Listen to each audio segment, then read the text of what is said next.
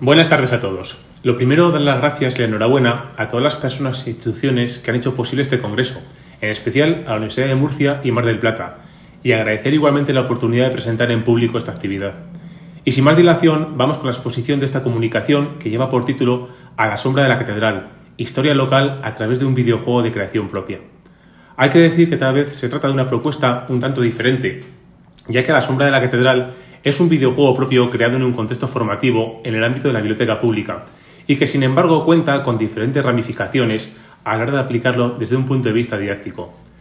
La idea surge a partir de las necesidades de la biblioteca en avanzar en el ámbito de la formación de usuarios y la alfabetización informacional, y bajo esta premisa, la de convertir al ciudadano en un usuario activo y autónomo en la biblioteca, de modo que sepa dónde y cómo satisfacer sus necesidades de información. Vieron la luz en la Biblioteca Municipal de Burgos dos programas didácticos, orientados fundamentalmente a un público joven y en edad formativa, que utilizan dos videojuegos como herramienta para la consecución de sus objetivos. Estamos hablando de dos proyectos formativos que llevan por título Asesinato en Roma y A la sombra de la catedral. Este último va a ser el eje central de esta comunicación, por el triple objetivo que persigue: dar a conocer a los participantes el funcionamiento de la biblioteca, ofrecer un acercamiento a la Catedral de Burgos, tanto desde un punto de vista histórico como artístico, y dar a conocer un fragmento de la historia de la ciudad castellana no siempre conocido, como fue la visita del emperador Carlos I en febrero de 1520, en vísperas de los levantamientos de las comunidades. Y es precisamente este último objetivo el que vamos a tratar un poco más en profundidad, por su implicación como herramienta para el acercamiento de la historia, en este caso local, en el siglo XVI.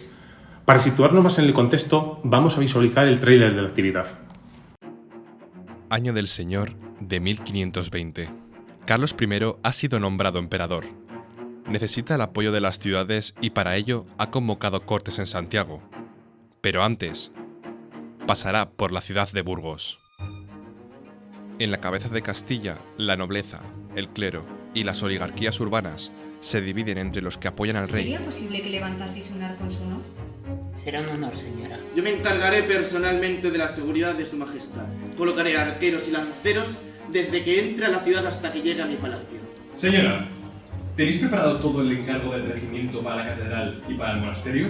Así es, señor. Y los que se oponen a sus políticas. Y algunas personas pueden considerar que la desaparición del emperador podría ser una solución. Señor Melgosa, nadie va a atentar contra el emperador. Yo puedo ser vuestra esperanza. No lo entiendo, señora.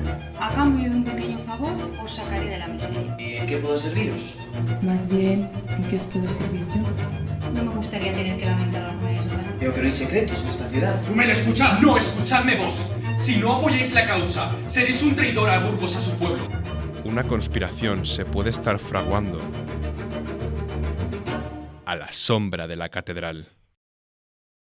Como vemos, el argumento se sitúa en un acontecimiento histórico, la mencionada visita de Carlos I a Burgos, y para crear una trama jugable se ha elaborado una historia de ficción basándonos en una supuesta conspiración para acabar con la vida del monarca. Una trama en la que personajes históricos y ficticios se entremezclan para lograr ese ambiente de intriga y suspense que atrape al participante y le invita a explorar cada rincón del templo catedralicio en búsqueda de información. ¿Qué personajes históricos reales aparecen en el juego?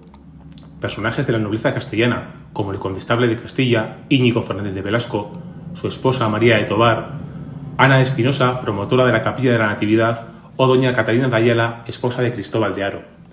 Personas relevantes de la Iglesia, como el cardenal Adrián de Utrecht, el obispo Juan Rodríguez Fonseca o la todopoderosa abadesa de las huelgas doña Teresa de Ayala. Personajes de la política local, como el escribano mayor Juan Zumel o el regidor Antonio de Melgosa.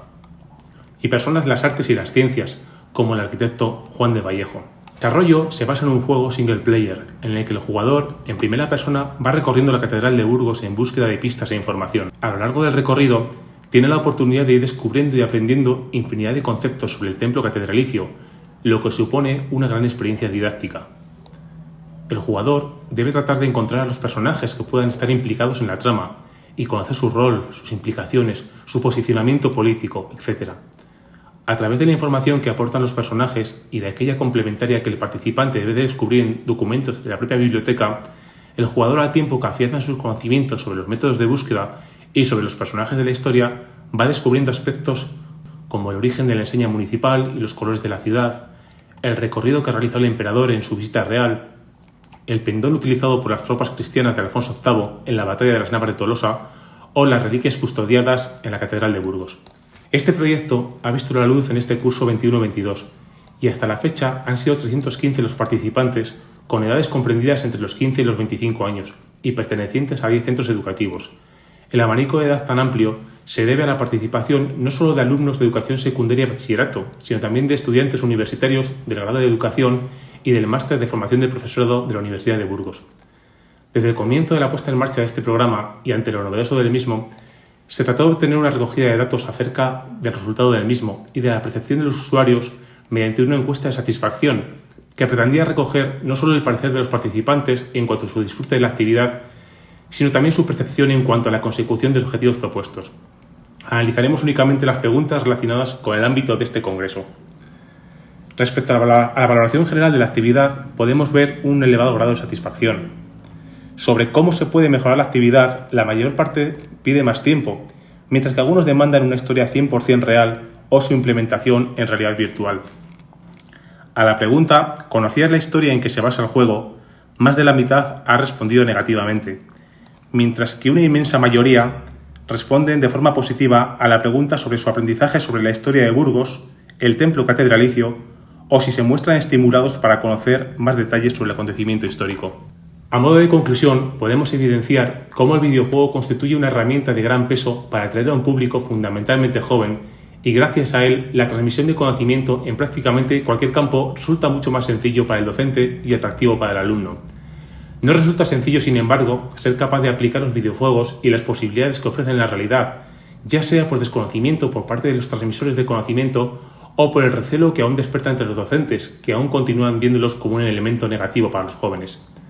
La experiencia desarrollada con A la sombra de la catedral nos evidencia la utilidad de este medio en la transmisión de conocimientos en la rama de humanidades y cómo, tras probar la experiencia, los alumnos han asimilado una serie de contenidos al tiempo que ha despertado en ellos la curiosidad por conocer más sobre la historia real y sus protagonistas.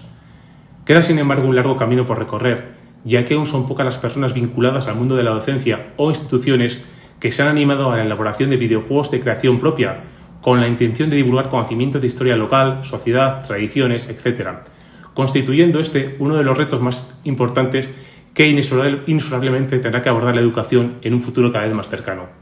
Muchas gracias.